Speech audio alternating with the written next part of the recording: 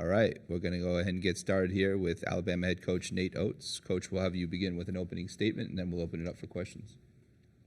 Yeah, our guys are excited. I thought they're good practice, locked in. I mean, North Carolina's one of the best teams in the country, number one seed, deservedly so. They got a lot of talented guys. I mean, we've got our hands full. Our defense is going to have to be a lot better than it's been most of the year. I thought we had a good defensive game against Grand Canyon. Our offense wasn't very good. We're going to need both of them together, playing well to be able to beat North Carolina. But I do like where our guys' heads are at. Luttrell's being reevaluated by the medical staff every day, and he's basically on a day-to-day basis now. So I'm not sure if he'll be available or not until they let us know tomorrow. So other than him, we're healthy. Obviously, and Davin's out.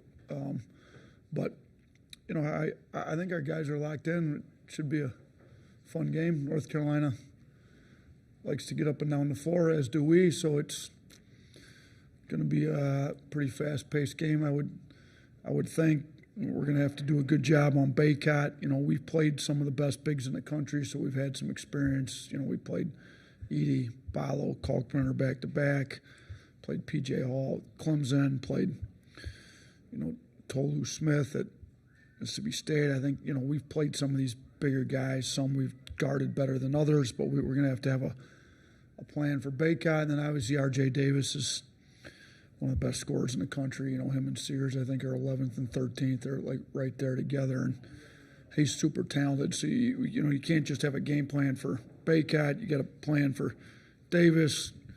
Cormac Ryan hit 7 threes against us. He was 7 of 9 from 3 in the tournament against us when he's at Notre Dame. Ingram just went 5 of 6 from 3 last game. So they've got multiple guys that can shoot it, score it inside. That's why they're number one seed. So we've got our hands full. We know it, but I think our guys are locked in and ready to go. All right, we'll begin here in the second row. The AP. Oh, sorry. We'll move to the first row. Nick Kelly, Tuscaloosa News. Nate Milwaukee, or Diabate, I should say, had some really good minutes for you guys last game. Essentially, has he earned more playing time, or what do you think of the minutes he's done so far for you guys? Yeah, no, he has. I mean, he's been tough, physical. His attitude's been great. You know, we always know if we put him in, we can get some toughness. So we got to find a way to get him some minutes. We like to have shooting on the floor, and that's not one of his strong suits. He was shooting it well in practice today, but, you know, he's easier to pair with, like, Grant at the 5 maybe when you get, you know, then you still only have, like, one non-shooter on the floor. But, no, like, his toughness, physicality, just kind of his will to win, you know. Like, yeah, he's probably earned some more minutes, but he's got to figure out ways to get them. And you know, based on how Reitzel is, and, you know, Reitzel's been cleared to play before and then not been able to play that many minutes. So based on Reitzel, even if he can play, if he doesn't play that many minutes, there's going to be some minutes available for Mo to be able to pick up. We'll go next to the third row. Hey, Nate, Ryan Hennessy, NBC 13 in Birmingham. 2, if I could. First one, today was the day 5 years ago that you were announced officially as the head coach of Alabama. To look back and just kind of talk about your 5 years and how special it's been, obviously the contract extension, and what's this meant to not just you but your family. And then you realize that March 27th it was, huh? You were announced that day, and then you were introduced the day after, I believe. 1 week after my oldest daughter's birthday. She didn't like wasn't a very good birthday present for her to move her from Buffalo to Alabama, but it's turned out to be pretty good. She loves in Alabama now. Lexi's a sophomore at the university. We, you know, Lexi and Jossie will be here for the game tomorrow. We've come to love Alabama, and I think we've gotten the program turned around. I think, you know, we've been able to do what Greg hired us to do. Let's get this basketball program on a national level, like about every other sports program at Alabama is. So we still haven't gotten to a Final Four. That, to me, that's kind of the next step. So got to win tomorrow to get a chance to win another game to get to the Final Four. So, you know, making a Final Four is not easy. You got to beat some good teams. You got to upset some teams. So, you know, we've somebody gave me a good stat the other day. I think there's been 4 teams in the country that have been in 3 out of the last 4 Sweet 16s, and I think this is accurate. I think it's us, Gonzaga, who's made like 9 straight, which is crazy. I think it's us, Gonzaga, Houston, who we had a series with, and then Creighton. So pretty good company. I think over the 5 years since we were hired, we've gotten this program to a level that it's what Alabama sports should have their athletics at. Now, we got to make another step. So we got to get this team locked in, really ready to go against Carolina. But I'm super grateful to Greg and Dr. Bell and Chancellor St. Jean and the whole board. They've been super supportive. I'm appreciative that they gave me a new contract and want to keep me around in this business. Sometimes they don't want to keep you around very, very long, but I think we've done well enough that they want to keep us here and keep this thing rolling. And my second one is we were out there, I believe it was 2 years ago in San Diego. When you see Cormac Ryan, I know you mentioned it, but oh boy, yeah, that was that was not one of our better NCAA tournament games. He killed us. I think he was 7 of 9 from 3. I think he scored 29 points on us. That was the game that Quinterly blew his ACL out in the first couple minutes, so that it didn't. He was playing really well. It didn't go well for us. I think that was the only time I've been at Alabama that we haven't made a Sweet 16, that they've had an NCAA tournament. So, they didn't have the tournament my first year with COVID, and then these last 4 years we've made a Sweet 16. 3 out of those years, that was the one. So we tried to recruit him when he went in the portal.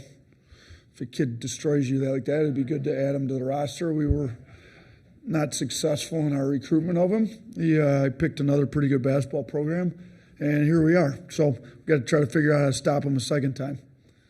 But Hi, Coach. Nikki Kay with Spectrum Networks. First of all, happy belated birthday to your daughter. But you're back in the Sweet 16 with 3 returners from last year, and you're facing a program that's got a unique blend of experience and talent. So when you look at these 2 teams, what do you think it is about the composition of players that helped you guys get to this point in this landscape? Yeah, I mean, we had three returning players from last year, so it's not many, but we're in the transfer portal era where that happens. I think those 3 guys got good experience, Mark and Rylan and Nick. Then we were able to add in some really good freshmen that have contributed. We talked about Mo Diabate earlier and Jarin Stevenson, who's from Chapel Hill, so this is a little bit of a meaningful game for him. Sam Walters has been good for us, those 3 guys. And then we were able to add some transfers that have really helped keep this program at a pretty high level. Estrada has kind of been that do-it-all guard that's been great for us, had a triple-double. Grant's been good for us. Reitzel's been really good for us. I think we got a pretty good mix of a lot of new guys in to keep this program up to where, we're not the number 1 overall seed like last year, but you don't get Brandon Miller every year either. So I thought we got some pretty good replacements in to keep us at a pretty high level to where we're in a Sweet 16 and got a shot to make the second. Alabama's only been to one Elite Eight ever, and that's the farthest they've ever gone. So if we can win one more game, we kind of equal that, and then give ourselves a shot to try to make the first Final Four ever there. go ahead. We'll go to the third row here.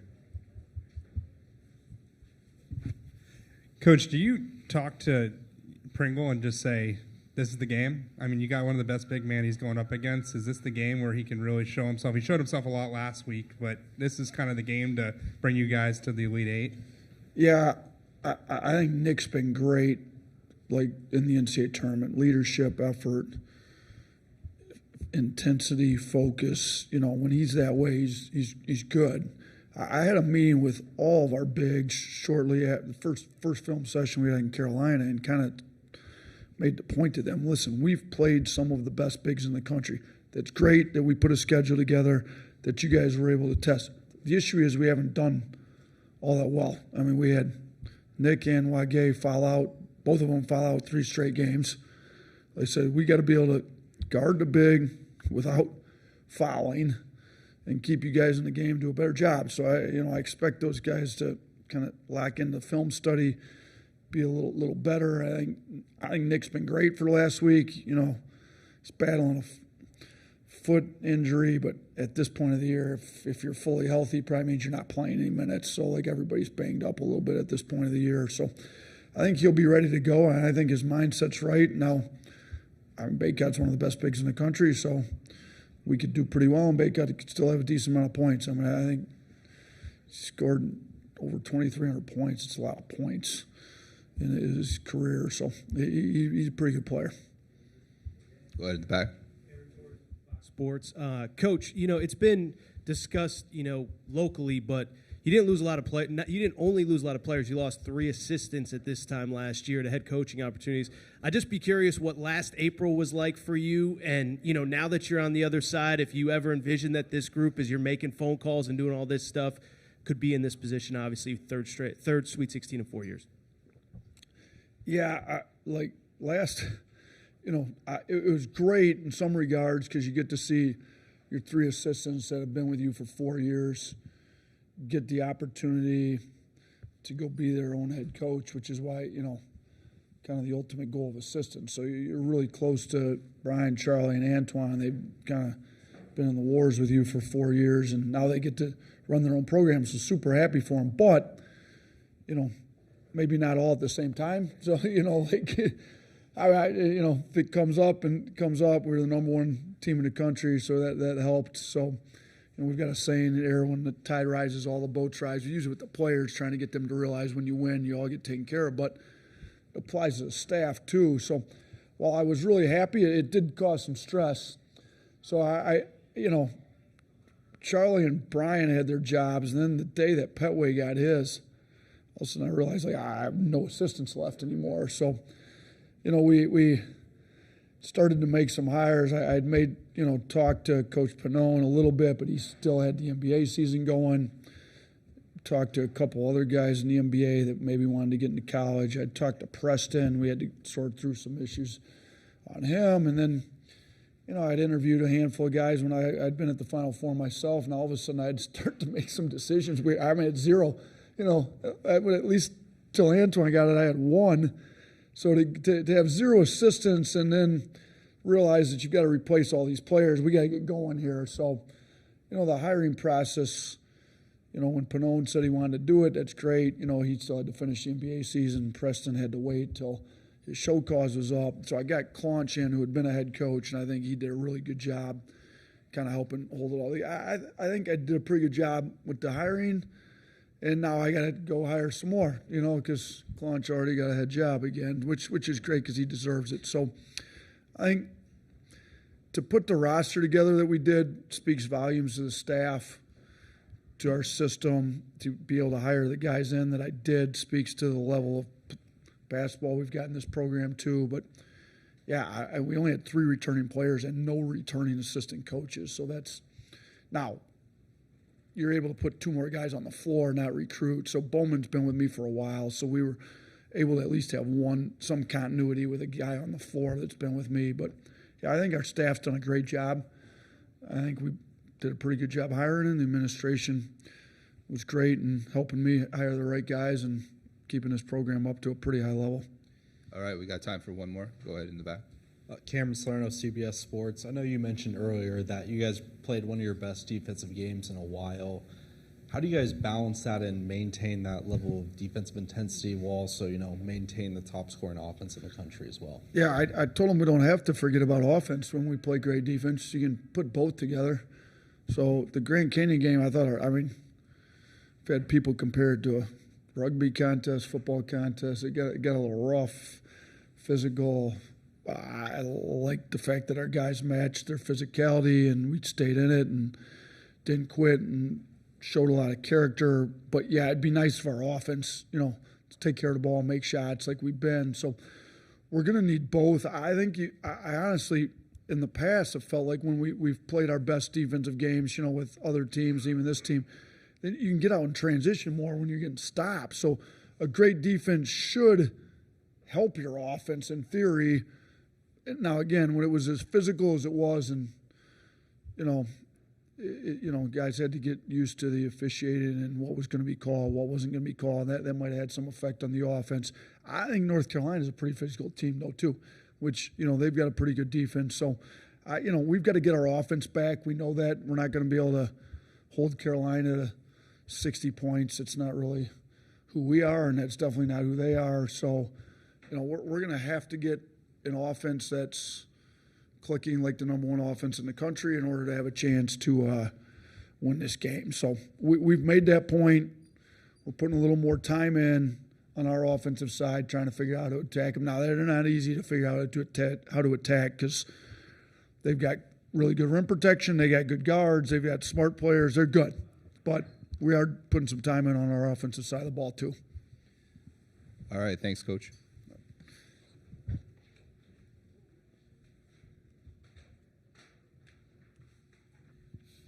Do we have any questions for the student athletes? Go ahead there in the fourth row. For Nick, just one of the best bigs you're going to be going up against. Do you feel like you're ready to rise to the challenge tomorrow on a national stage? Yes, most definitely. I mean, I feel like our coaching staff, they put a lot of work and time into, getting us prepared for moments like this. We played a lot of games, to prepare us for this moment. 6 of these teams, we lost to previous in the season. So I feel like, getting back to that and, watching film, having more intent, and getting better and mentally tougher, and that eventually help us, with our end goal. We'll go next right here, first row. Yeah, this one's for Mark and for Nick. You guys were both around last season for the quadruple overtime game against North Carolina. Just what do both of you guys remember about just kind of going through that game and just kind of the energy needed and just everything like that? What do you remember about last year's game? I mean, that game right there was a war, man. 4 overtimes, after the first 2 overtimes, it was like, man, when this thing go in? But, it was definitely a fun matchup, especially from most of the same players being on the team we're going to go against, so we're looking forward for that matchup, and it's going to be a really fun game. Yeah, I would probably say that was definitely one of the longest games that I've been a part of. I didn't necessarily play that much that game, but, I had a role where I had to, bring energy and, talk up players and, make sure everybody was locked in for the right moment. We'll go next to the fourth row. Go ahead. This one's for Mark. When you guys are on the national stage, thousands of people are watching you. They're also watching and learn about your family. There was a thing with your mom. She shoots the free throw with you. What has it been like for your family, that experience, and her being on the national stage as well? They just soaking it all in. My mama, she's very energetic. She has a lot of passion for the game. It's just a blessing for her to be able to see the outcome of her being so supportive of me throughout the years. We'll go next to the back. Get a mic over to you. Joe Reedy, Associated Press. If Latrell's not able to play tomorrow, just how much does that affect a starting lineup and what you guys do? I honestly think, Latrell will be fine. I think, we'll still have, a great game plan. If he plays or not, I think he will definitely play. But I think we still have a great game plan. We have a lot of great players. We got a lot of great coaches that can make adjustments and we'll make it happen.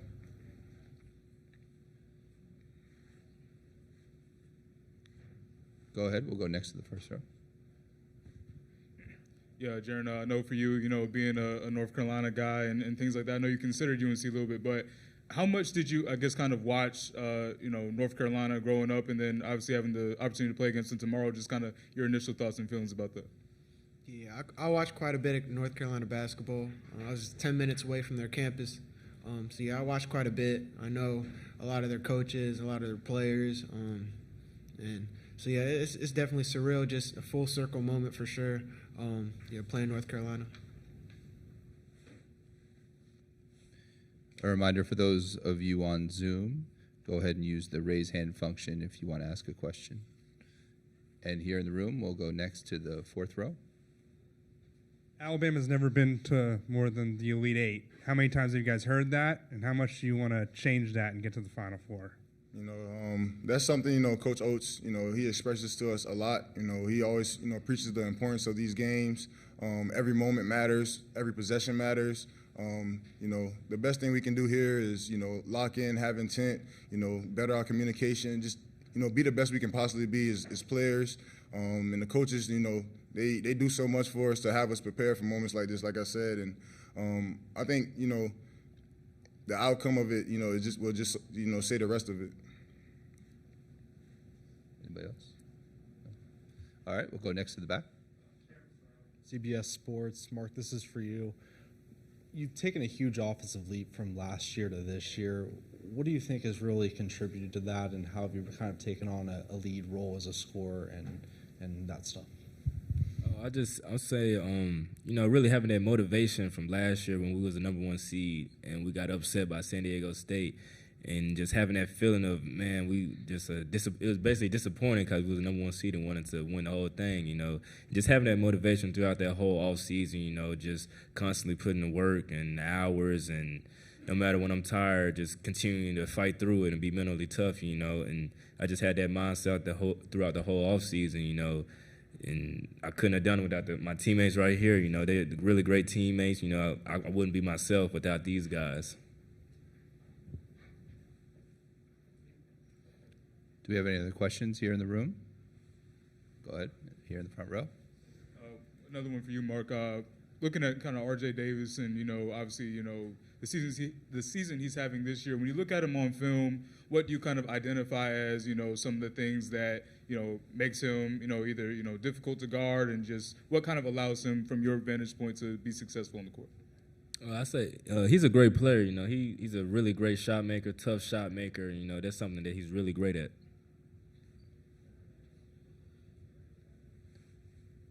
Do we have any other questions? Oh, yeah, go ahead. Second row. This question's for all three athletes, student athletes. What do you think are the keys for tomorrow's game for victory? Go ahead, Mark. We can start with you. I'm going to say one would be defensive rebounding. I think just getting out, getting back to our offense. I feel like we struggled offensively these last few games. Just getting back to that, getting out, fast pace, and I feel like that's a big key for sure. Something I would definitely say, you know, picking up where we left off last game, you know, defensively, it's something that we kind of struggle with, you know, throughout the year. And I feel like, you know, last game we showed our, you know, true potential of what we really could be. And, you know, just, you know, having intent about everything, you know, watching film and, you know, just trying to find ways to continue to grow as a team and allow, you know, our defense to lead to our offense and, you know, just play for each other. And you know, we all got a lot in common. You know, we want the same things. It's just a matter of, you know, how much do we want it and what we're going to do to get it. Do we have any other questions here in the room? And for those of us joining on Zoom, any questions? Go ahead and raise your hand. All right, one final call for questions.